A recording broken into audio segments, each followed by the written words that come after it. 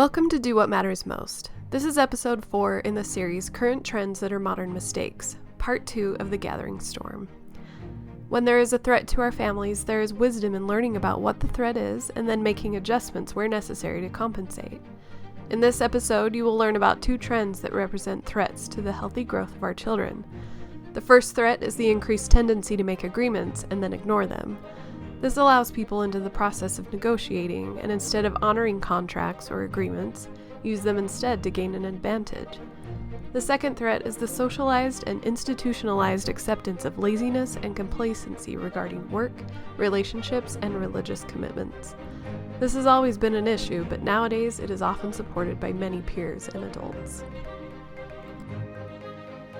As part of our series about current trends that are modern mistakes, I'm trying to identify threats to our families and to our children so that as parents we can identify a course of action that makes it less likely that our children and our families will be negatively affected by what is taking place around us. In the last episode, I described 2 very powerful forms of influence which represent threats to families, marriages, and our children. In this episode, or part 2, I wish to also describe some other threats which are lurking in our culture, and when we come in contact with them, like a virus of some sort, they can affect what we think and feel, making marriages and family life seem far less important, and also render attempts to make them succeed far less successful. One is the idea of contract breaker. This is the unwillingness to enter into agreements or to enter into agreements and then treat the agreements as a form of undue control or of unimportance. In this way, there is a flood of people who fail to view agreements as the means by which people are strengthened, benefited, and lifted, but instead seem to view them as either a form of unjust control or as a political or financial chess piece, easily moved as the situation requires it. It is like we emphatically claim that our promises are important, but emphatically fail to complete them. Why is that a matter? Well, for many people's religion, mine in particular, the basic religious life is intimately tied to the notion of covenants, which is a two-way promise between God and mankind. And if we are teaching and allowing to exist in our society that agreements aren't important, or they can be used, conveniently to obtain other outcomes, then it goes right directly to the idea that more people may enter into a covenant and not be interested in completing it or complying with it, or that more people will become suspicious of covenants and simply won't enter into them. Let's take a look at some examples. There are, in fact, implicit and explicit promises. Implicit promises are the expectations we hope we and others will carry out. Business institutions and most institutions exist on the implicit promises they will be fair and honest, provide good products or a service or something like that. Now, many institutions work hard to deliver on their promises, but there are many others that institutionalize the process of making promises to get people to do something without any intention to deliver it. Explicit promises are contracts, covenants, handshake agreements, etc. In recorded history, this has been a major focus in the scriptures and in every legal system. We would think that this would make everyone work and treat each other with integrity, but in many cases, and in my opinion more nowadays, wordsmiths are being used to ensure that one party gets what is wanted when they are not sure they can deliver their part of the agreement, but also do so without any liability risk. That has become the definition of a good contract for many people and many organizations. It's not new news. Any of this is not real new because it's as old as people in their history, but it's gaining ground, and we should be more aware and protective of our children in particular and ourselves. It's just amazing to me how many families I see in my professional practice, for example, who have been misled or who trusted somebody and entered into an agreement and then discovered that the agreement didn't hold any water at all, and they have lost their financial lives, their homes, businesses often as a result of that. So I am being asked to help them deal with the stress and pressure and anger and resentment that happens. The same thing is true for sexual affairs in marriage, or parents who don't follow through on the promises that they made to their children, etc. So let's examine a few. Take a look at litigation. It's worth reminding ourselves that there is much more litigation nowadays than there used to be 40 years ago. And some litigation has moved to where it's now the exploitation of the vulnerable, and it's used in a variety of ways. In contrast to that, last year we had a small fire in our home while it was being remodeled. And the insurance agents came and were so kind, thorough, and effective, it seemed very unusual to me. I was then and still am so grateful for what they did and how fair and honest and thorough they were that I recommend their insurance company to everybody that I know. I've never seen anything like that. But I've also seen cases where insurance companies delay payments, avoid them if possible, and often do not deliver on the promises they have made. Take a look at businesses, for example. One of the most well-known evidences of broken promises is the company of Wells Fargo, who did business mortgages by promising patrons that they could get a certain outcome when in fact it was not possible. And they knew it and bilked the people in America billions of dollars. There are other people, especially in the world of finance, who do the same thing, partly because many lay people do not understand the intricacies of financial management or interest or how to take care of themselves. And of course, there are the scammers that call us every 3 or 4 times a day, hoping that we will find some way to give them money and they have to give us nothing. The most recent scam was somebody in Canada calling and saying, you've won this award and it's $200,000, but I'm going to need some money in order to get the whole process taken care of, and so could you send $10,000? I do not understand why people do that, but many older people think it's a good deal and they send the $10,000. There are also other promises which are made by schools, for example, who nowadays cannot deliver on them, but it isn't because they don't intend to. It might be because they're not organized as well as they could be, but also because they don't get enough help from parents. That's an interesting one to me. I see quite a few parents who are angry at the schools, but who will not also spend time teaching their children, preparing them, or following through with them to make sure they learn and do what the schools want. And on the other side of that, sometimes schools and teachers in particular have become sufficiently, sometimes cynical and complacent, that they are now saying, well, okay, it doesn't matter, or people don't care, and so it doesn't matter how I teach, when in fact it does matter a lot. This is more rare, but it's still more common than it should be, because the idea of children's education still should be among the most important priorities of both education and parents.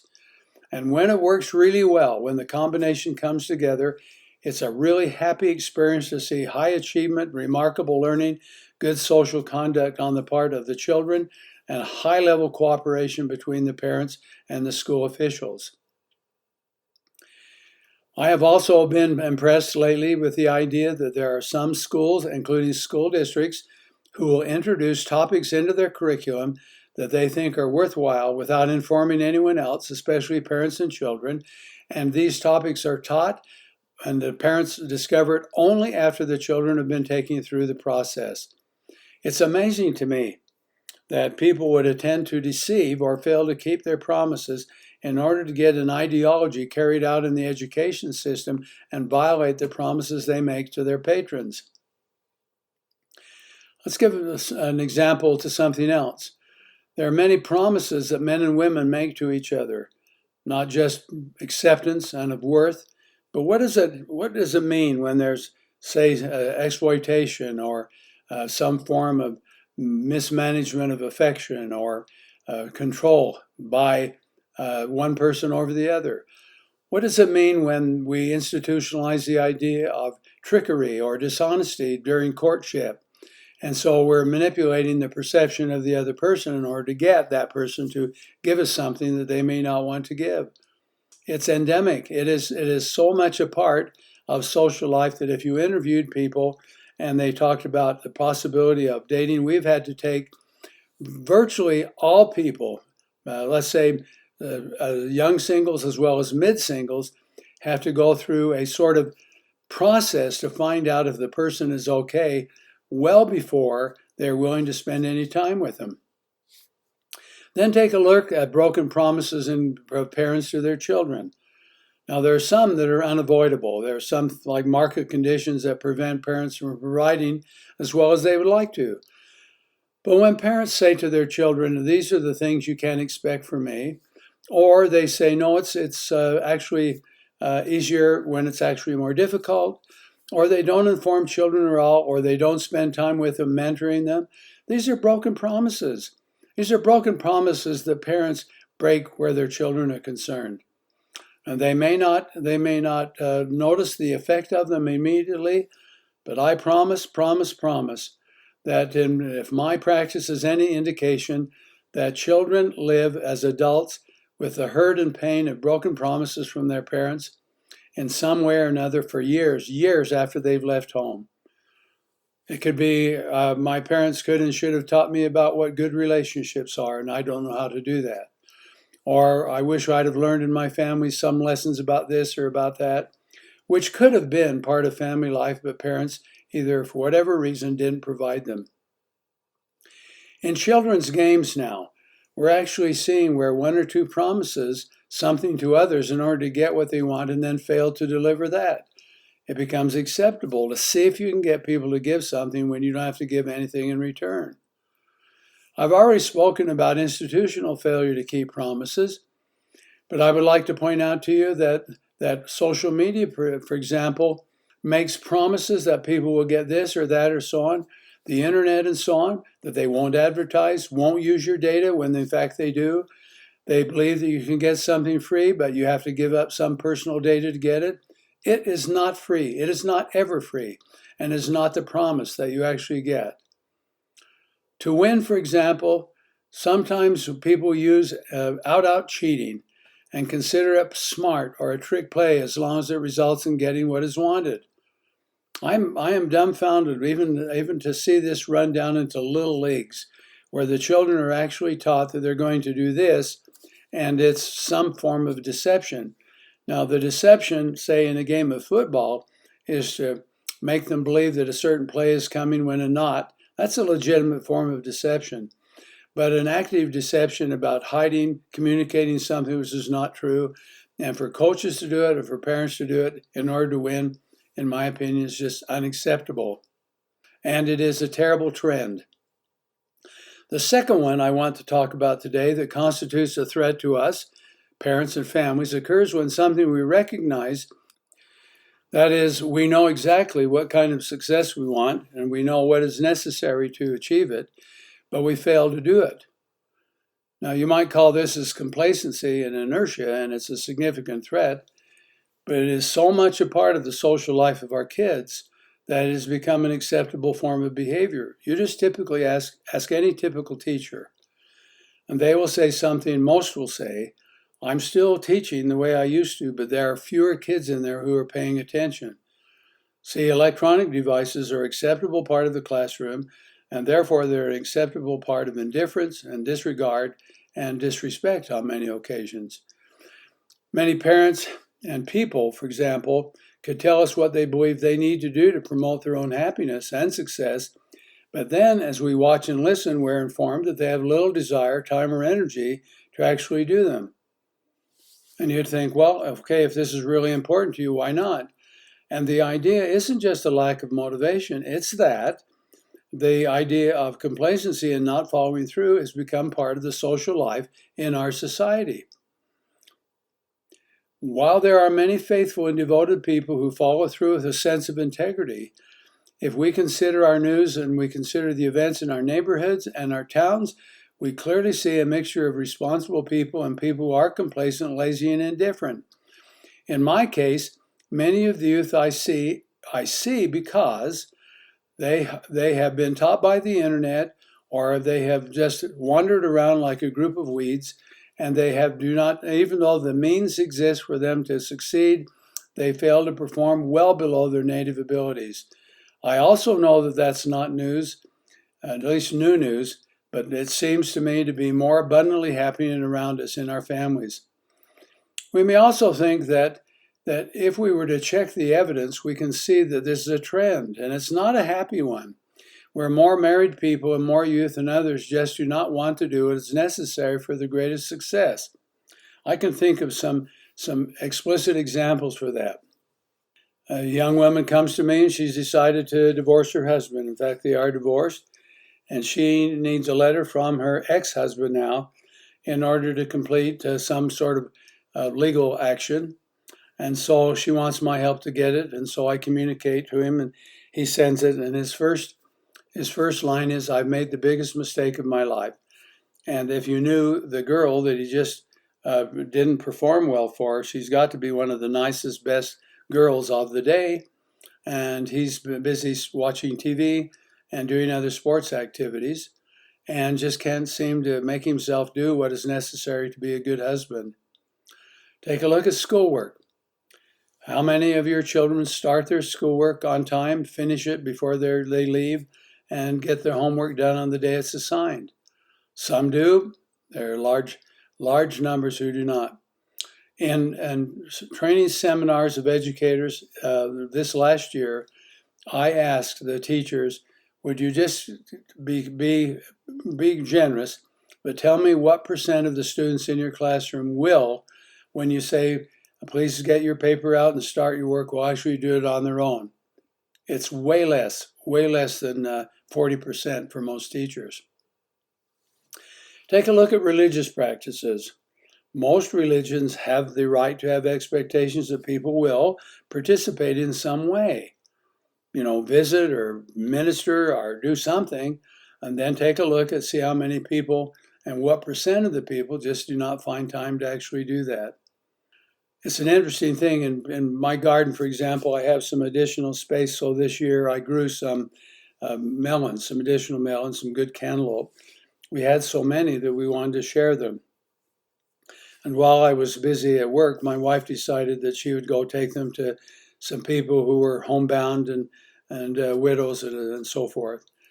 And then when she came home, she said, boy, I didn't want to do that, but I'm sure going to take that back because I've had one of the best times of this week. And she talked about how people began to talk to her and visit, and how much they expressed interest all over a cantaloupe.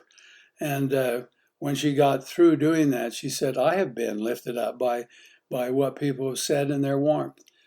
And my point is, a simple act of visiting somebody produced that outcome for her. Then, of course, we should review here the idea of moral behavior that includes sexual behavior.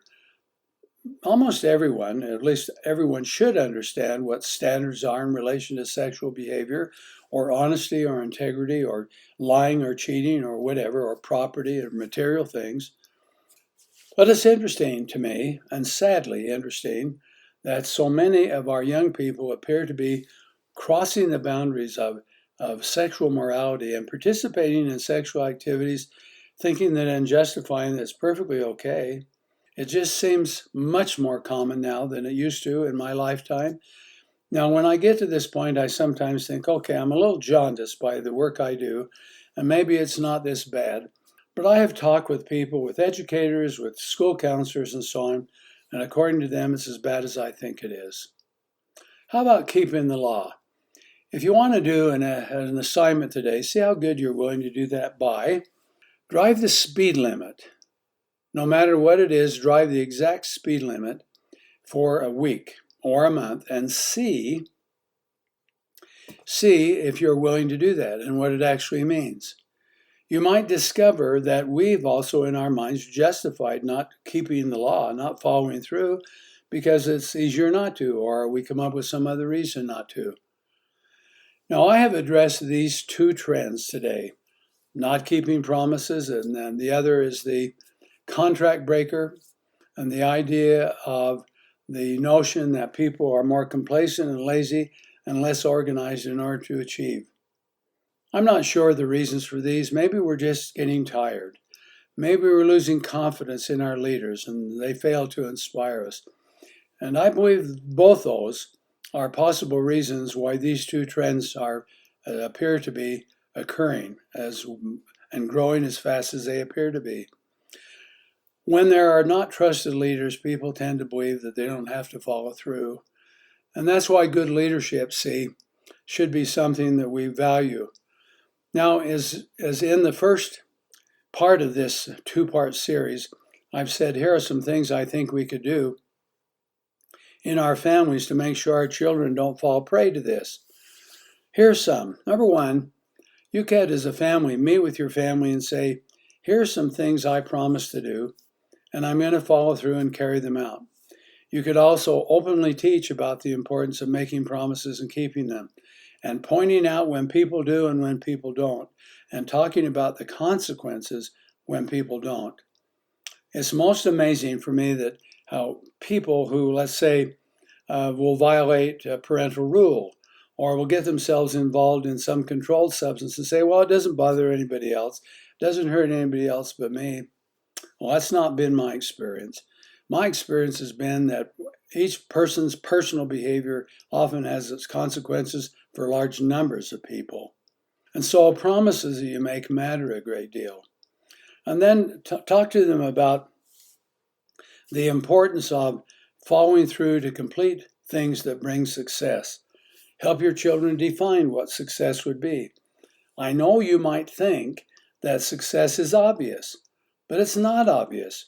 See, it might be to win in some team sport, but why not define success that includes other things like good participation, devotion and loyalty, teamwork, or other kinds of things, and make that part of what children are striving for.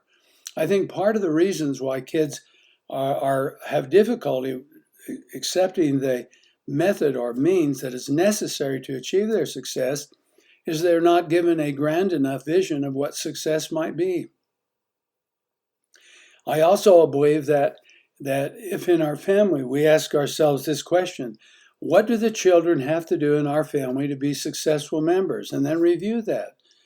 Are they being asked to demonstrate integrity? Are they being asked to accomplish some things? Are they being asked to participate in high quality relationship behavior? Are they being asked to follow rules? And then ask yourself, okay, how do we go about doing that? And then let's pick up some difficult challenge to ourselves, like not getting angry for a week or longer, and see if you can actually do it and see if you're willing to pay the price to bring about more success in your family. It might be a really good learning experience to discover that being a success requires the mastery of our own emotions. This concludes this two-part series on the gathering storm.